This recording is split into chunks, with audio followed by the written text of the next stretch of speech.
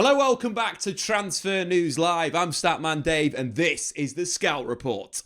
The number one place for analysis on the biggest transfers in Europe's top 5 leagues. Today we're focusing on Mikel Arteta's Arsenal. Whilst Arteta's done a brilliant job turning Arsenal truly into title challengers, there is still work to be done. Arsenal have a world-class defence, they're brilliant from set pieces, but there's still a number of areas within the squad that need improving, especially at number 9. So today we're going to go through the transfers that Arsenal should make in the summer to truly turn them into Premier League winners. Get into the comments below. Let me know which players you think Arsenal should sign right now to take them to that next level. But anyway, let's get this party started. So let's dive straight into the tactics. Arteta has fielded Arsenal in a 4-3-3 structure that defends in a 4-4-2 that has a lot of fluidity in possession, especially with the left back moving into a central area, creating a double pivot, and both of the 8s moving into attacking midfield zones. A disciple of Pep Guardiola, but with his own twist. A little bit more power, more penetration, and a lot more aggression within the Arsenal squad. In fact, Arsenal have got the best defence in the last 3 seasons in the Premier League, conceding fewer goals than any other side. The extra physicality and the acquisition of set-piece wizard Nico Williams has turned the Gunners into one of the best set-piece teams in the Premier League, with Arsenal frequently flooding the back post before attacking the near post on in-swinging corners, almost becoming the default in the Premier League for every club that is copying Arsenal because they're the best at doing that. Arsenal do need to evolve though. From a possession perspective, that's where I think their additions are needed. And when we look at the statistics, 5 teams have scored more goals from open play than Arteta's Arsenal this season. So we're looking at areas within the squad that need improving.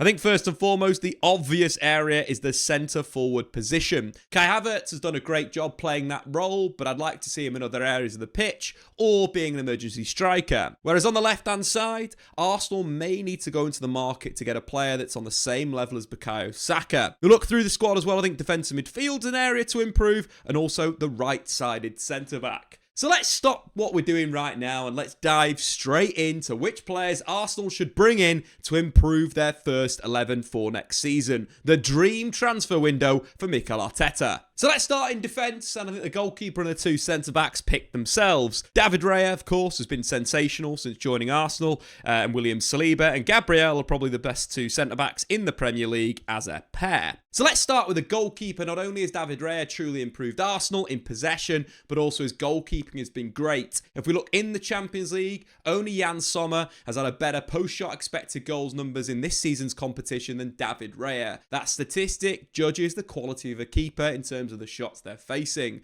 Some massive saves this season, not only in the Premier League, but also in the Champions League. I think from a possession perspective, not only does David Raya improve Arsenal out the back, but he allows them to kind of switch to a bit of a back 3 created with the goalkeeper in possession. This gives Arsenal a bigger overload, allowing the likes of the 2 fullbacks to move higher up the pitch. That's either in a kind of more attacking supportive roles or them inverting inside to once again overload the opposition. David Raya is truly a top class goalkeeper that Arsenal have got. But moving a bit further to the centre-backs, Gabriel and William Saliba truly have been the best pair of centre-backs in the league over the last few seasons. Saliba's ability to command where the opposition is kind of dribbling and carrying when they're in possession is truly world class. That's the type of thing that we see with a Virgil van Dijk. Given that Saliba is still a very young player, it's hugely impressive. In terms of Gabriel, we all know what he can do from set pieces, but really physically dominant on the ball and a good passer into midfield. I think a little bit underrated. Of course, Arsenal's shape in possession at times kind of moves to the back 3 structure, with Gabriel playing as a left-sided centre-back. I think he's a really good option in terms of playing those passes in between the lines and getting Arsenal up the pitch, either breaking it for inside, either hitting that inside 10.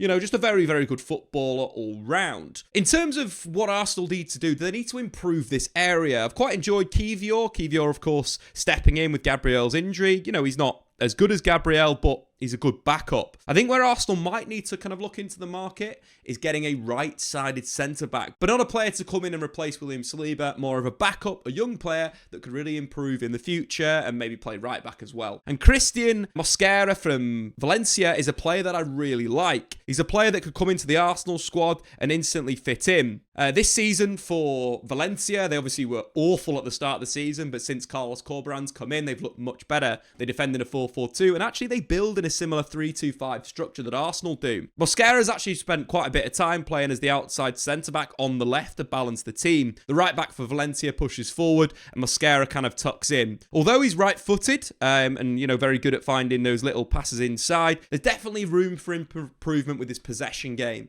especially when it comes to carrying. But where I think he's really, really dominant is when the ball is on the ground, really good in those defensive duels. So I think Christian Mosquera will be a really good option for the long term for Arsenal, but of course the starting right-sided centre-back is going to be William Saliba, with Mosquera being the backup, obviously learning off Saliba, learning off Gabriel, learning off Arteta from a possession perspective in training. Could see a really good defender. What I like about defenders when I'm looking at them is having a really high duel percentage. Again, we mentioned before, aerially needs to improve, but on the ground he's truly elite already. So massive potential from a defender that could only cost around 20 million euros. I think that is an absolute bargain. In terms of fullbacks, obviously Arsenal are quite stacked on the right side. Jurrien Timber has been great coming back from his injury. I think he's one of the best duellers in the league as well. I'm kind of obsessed with duellers, and Arsenal and Arteta seem to buy them all. Timber, brilliant 1v1, when the opposition's kind of running at him or trying to take him on. Arguably can lock down that flank by himself, allowing the likes of, Bukayo Saka to focus on his attacking side of it. Timber truly, truly elite. When you look at the Arsenal squad as well, what I like about it is they've got the defensive option in Jurrien Timber, but they've also got the offensive option in Ben White. I think Arsenal have massively, massively missed Ben White on this right side of their defence. From a tactical perspective, when we talk about Timber, yes, quality in the final third, in terms of controlling the ball, in terms of supporting the play, but I think Ben White is even better from a perspective of kind of joining that right-sided triangle, with the likes of Saka and Martin Ødegaard. I think one of the reasons why we've not seen the best of Martin Ødegaard this season is because we've not seen enough of Ben White. That right-sided triangle is one of the best in the league from an offensive perspective. So fluid, so flexible, allowing all three players to interchange positions. But Arsenal are so stacked. We talk about the defensive one, Timber. We talk about the offensive one in Ben White. It's a really good combination of players on the right side. So for me, Arsenal don't need to buy a right back this summer, which obviously is great news for all you Arsenal fans out there, because signing more fullbacks at this point of the season, maybe not needed. So let's move to the left-hand side. Let's quickly fly through here, because I think this is another area where Arsenal don't need to recruit for. Arsenal don't need to buy another left-back. We'll just leave Jurrien Timber on the first 11 at the moment, just for argument's sake. So number one, Miles Lewis-Skelly. What a footballer. His performances against Real Madrid in the Champions League, superb. The carries, the ability to break the lines, the passes. This kid has so much potential for his age. You've got to remember, he's 18 years old and he's already been fantastic. What I really like about him, though, is how he can interchange positions with the 8. And that allows Arsenal to be even more fluid and flexible in the final third. He's scored goals already. He's got himself some assists. Lewis-Skelly has a massive amount of potential. But similar to the right-hand side, it gives Arsenal really good depth on the left-hand side of the defence, of course, with Calafiori. Calafiori, probably in terms of this Arsenal team, we could see the build-up being slightly different. That either being kind of a 4-1-4-1 structure, with Calafiori sitting a little bit kind of in that deeper zone, getting on the ball and playing those passes forward. We could even see, as the players progressed, let's say Arsenal getting into the final third and moving the ball well, both of those fullbacks inverting and Arsenal building kind of with a Centurion City approach. Back to 3 in midfield and a front 5. I like that idea of having those two players inverting, Jurrien Timber and Calafiori. Alternatively, we could see it kind of flipped on that other side. Again, call me crazy, but having Calafiori as a left-sided centre-back with his ability to pass and rotate positions. Again, a big thing with the Bologna side that he played with. He was so fluid and flexible at moving into that central midfield zone and getting on the ball. Something he could do from this right-sided centre-back position in build-up for Arsenal. And I think when you look at the Arsenal squad, one player that I think could definitely do a really good job at right-back, and he's also a midfielder. No, I'm not talking Thomas Partey. That guy needs to get into the bin. But Declan Rice, potentially defending at right back and then moving into a central area into midfield. This would allow Arsenal to do that. Again, Timber plays a really good role at right centre back with Arsenal in possession, with the left fullback inverting. Could be flipped with someone like Declan Rice inverting in that position. I'm just trying to get more midfielders into the team, like Arteta would want to do. You're talking maybe Mikel Moreno, the defensive midfielder we're going to speak about in a second. Of course, Martin Ødegaard, 4 midfielders in that zone. But this is just ideas. It's a bit of fun. I love the side of both sides for Arsenal, and from a fullback perspective, they're very stacked on both sides. So look, Arsenal don't need to buy another fullback. I'm going to tell you right now, it is not necessary. But let's move on to that midfield zone. I think when we're looking at Arsenal's midfield, probably the best midfield does include the likes of, well, the best midfield this season included Thomas Partey, Declan Rice, and Martin Ødegaard. My one concern with this midfield is how Ødegaard needs to drop a little bit deeper from a possession perspective. Thomas Partey is good on the ball. When I say he's great, probably not, which has led to Martin Ødegaard dropping very deep in possession and playing progressive passes. If you look at his statistics over the last 2 seasons, he's averaging about over 10 per 90. I would rather see Martin Ødegaard on the other end of those passes. I'd rather see Martin Ødegaard in the final third, scoring goals and getting assists. Hence why I think a defensive midfielder with a bit more quality on the ball than Thomas Partey, but continuing with the defensive ability as well is super important. So Arsenal need to buy a defensive midfielder. The player that we're going to be suggesting here that would be a dream signing is Zubimendi. According to reports, David Ornstein, the head honcho of Arsenal's transfer news, said Arsenal are acting internally as if the Zubimendi deal is a done deal. Arsenal are in the race for Dean Huijsen as well. And I think Huijsen would be a great option for Arsenal. But at the moment, I don't think they need to get a first-team player. If, for example, William Saliba, for some unknown reason, decides to join Real Madrid in the summer and Arsenal get 100 million for him, then obviously Huijsen is the perfect replacement. An instant replacement that's Premier League proven, that's so good. But not the same levels as William Saliba. Saliba is in the higher pecking order in terms of the best centre-backs in the world, whereas obviously Dean Huijsen is probably one of the best young centre-backs. So I'd say for Arsenal, keep William Saliba, especially this summer. But signing Zubimendi would provide a quality player in midfield, available for around 60 million euros in terms of a release clause. He is a deep-lying playmaker, a guy that's going to be a pivot of the attack. You know, let's say if Arsenal are moving the ball out wide, he will pivot over to be that option to receive again and then play through. What I like about Zubimendi is he kind of suits the Arsenal style of building, of being kind of that progressive option. One thing I really like about him is kind of his ability to, you know, find those passes in between the lines. One of the things that Real Sociedad do, very similar to Arsenal, is they attack in the same way. They build with a double pivot. They like to play passes into the 8, drop it off, and then play through. In terms of simplicity, that's what I like about Zubimendi. He plays the simple passes. You know, he's not a Adam Wharton. He's not going to be a Bruno Guimaraes, but you're not spending 100 million on this lad. And these days, 50 million quid for a central midfielder, you're not going to get someone complete, which I think is absolutely insane, but that's kind of the market of where we're on right now. I think it would help the likes of Declan Rice, because he's not going to have to play defensive midfield as well. When you're looking at his statistics, his improvement in goals and assists since joining Arsenal has been fantastic. It's something that I looked into before he joined Arsenal. An area for improvement for Rice was scoring more goals and getting more assists. And now he's a set-piece taker as well. So there's been massive improvements for Rice. You want him closer to goal. Similar with Martin Ødegaard. We want Martin Ødegaard to be a goal scorer once again. The 22-23 season, 15 non-penalty goals, the joint most of any central midfielder in Premier League history. You need someone like Ødegaard high up the pitch. Someone like Zubimendi will help this. It will allow Calafiori or Lewis Skelly to kind of invert into that position in central midfield. You've got the double pivot base, you're building with a back three, you're having a great time. And I think that's a really important thing. With Zubimendi as well, it's his ability to kind of dictate the play. He arguably plays the game at his own pace. You know, at times he'll play super safe. Other times he'll play quite fast into midfield, maybe look for the return, and then hit a third man running behind the defence for one of the wingers to run in or one of the fullbacks who's advanced. He's a player that I like. Again, I think he's quite elite in terms of dropping into the penalty area from a defensive perspective, which again will help Arsenal out. You know, let's say if Saliba's going out to deal with, you know, an attacker out there, Zubimendi's very good at slotting into centre half. He's quite elite in terms of midfielders for aerial dual win rate, for clearances into the penalty area, for touches in his own box. I like that from out of possession perspective, but also he's a good player in terms of just like spotting space, similar to kind of Jorginho in a sense, where sometimes if he's getting pressed, he'll just drop a little bit deeper and he'll pick the ball up in the centre back position. Again, with Arsenal's rotation, you know, let's say Lewis Skelly moving into midfield, it still creates a bit of a problem for the opposition. You know, you still got a kind of 3-1 base. You've still got kind of 6 attackers going forward. So I like a lot of things about him. He suits Arsenal's defensive approach as well.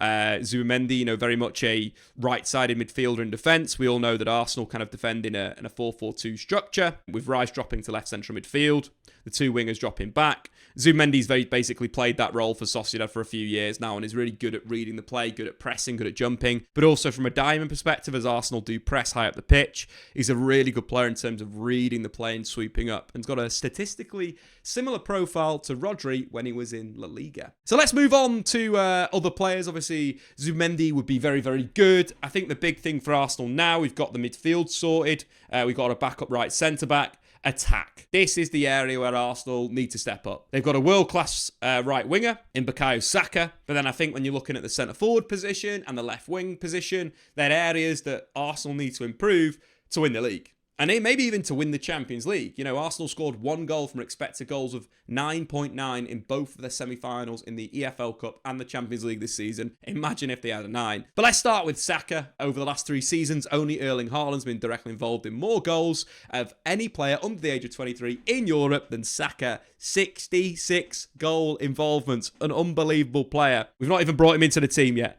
A massive level of disrespect here. Now he is in. But also Arsenal are very well stacked in this position now with the emergence of Nwaneri. So impressed with Nwaneri as well. Love him just outside the penalty area as a shooter. You know, long term we could see both Saka and Nwaneri playing right wing and right central midfield in the future. That's going to be a great combination of players. But, you know, I think the big thing with him is he's got massive potential going forward. And Saka's the guy right now. Arsenal are so stacked on that right wing position. On the left-hand side, obviously we've seen the likes of Trossard and we've seen Martinelli play that position. Would I say either players are at the same level as Saka? Absolutely not. You'd say maybe 3 or 4 years ago, Martinelli was of a similar level to Saka, but Saka has just grown into an absolute superstar. We can see that in the statistics. We're moving a bit further forward, you know, with the Trossard, was a good signing. You know, we've got to say he's a good signing. He's kept Arsenal at a good level. But does he take him to that next step? Absolutely not. Having Martinelli in the squad is a good thing. As we mentioned on the right-hand side, Nwaneri, Saka, Martinelli and another player would mean Arsenal have a lot of depth. In terms of players that they should have bought, Kvaratskhelia was the guy.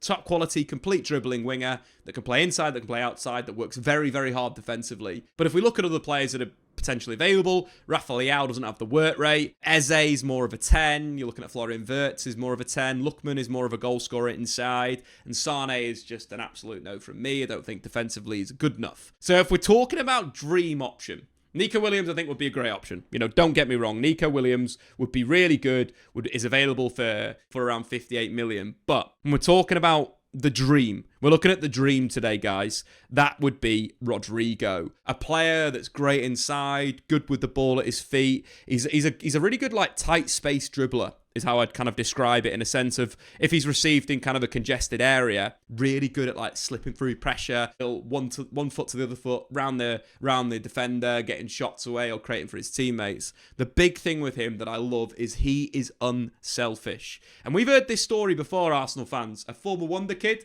ignored or shunned at Real Madrid, joining Arsenal and becoming a true superstar. Yes, talking Martin Ødegaard. But Rodrigo would provide top quality for Arsenal. So let's dive a little bit further into Rodrigo. Of course, Arsenal, in their 4-3-3 setup, we know that left back inverts to play as a bit of an 8, kicks the 2 central midfielders on, and Arsenal kind of create this 3-2-5 structure. Rodrigo would be very, very comfortable at playing on the left wing. Not only has he got the ability to take people on from wide areas, you know, he's a very good dribbler, very capable of going on the inside and on the outside, kind of two-footed in that area, but he's unselfish from a defensive sense, which I really like. He also doesn't mind dropping inside, and if Arsenal kind of look for maybe the long term of where they're going to go, or rotations on this left-hand side, which we need to see a little bit more of, Lewis Skelly providing the wide option, Rice dropping deep to the build-up. Rodrigo's really, really nice in these kind of half-space situations. We're talking kind of the space in between the opposition's kind of lines to allow him to get on the ball in these areas.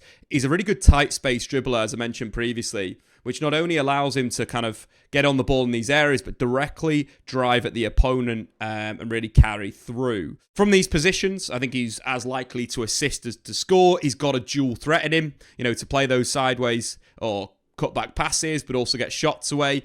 He likes to do both. Fantastic progressing, technical dribbler. There's a lot I like about him. And also when you consider he's played largely for Real Madrid out of position on the right wing, doing the defensive work, sacrificing himself for Mbappe, Vinicius and Jude Bellingham, you've got a top quality player there if he's still registering 0.56 goals plus assists per 90. But if we look at the numbers and compare him directly to when he plays on the right wing, he makes more dribbles at a better success rate, creates more chances, takes more shots, and produces around 23% more goals and assists. In terms of quality, I like a lot what Rodrigo would bring to Arsenal, and he would definitely take them up a level, upgrading the left wing position. Right, so this Arsenal team is already looking better. Zubimendi in defensive midfield, Rodrigo on the left wing, and this is the important thing for Arsenal. Arsenal don't need to buy loads of players anymore. Their squad is very good, especially with the youth coming through at Arsenal. Looking at someone like Max Dowman, thought he was absolutely brilliant against Manchester United in the FA Youth Cup. If you haven't seen that, go and check it out. What a performance. But anyway, let's move to the centre-forward position. That's why we're all here. Get into the comments right now.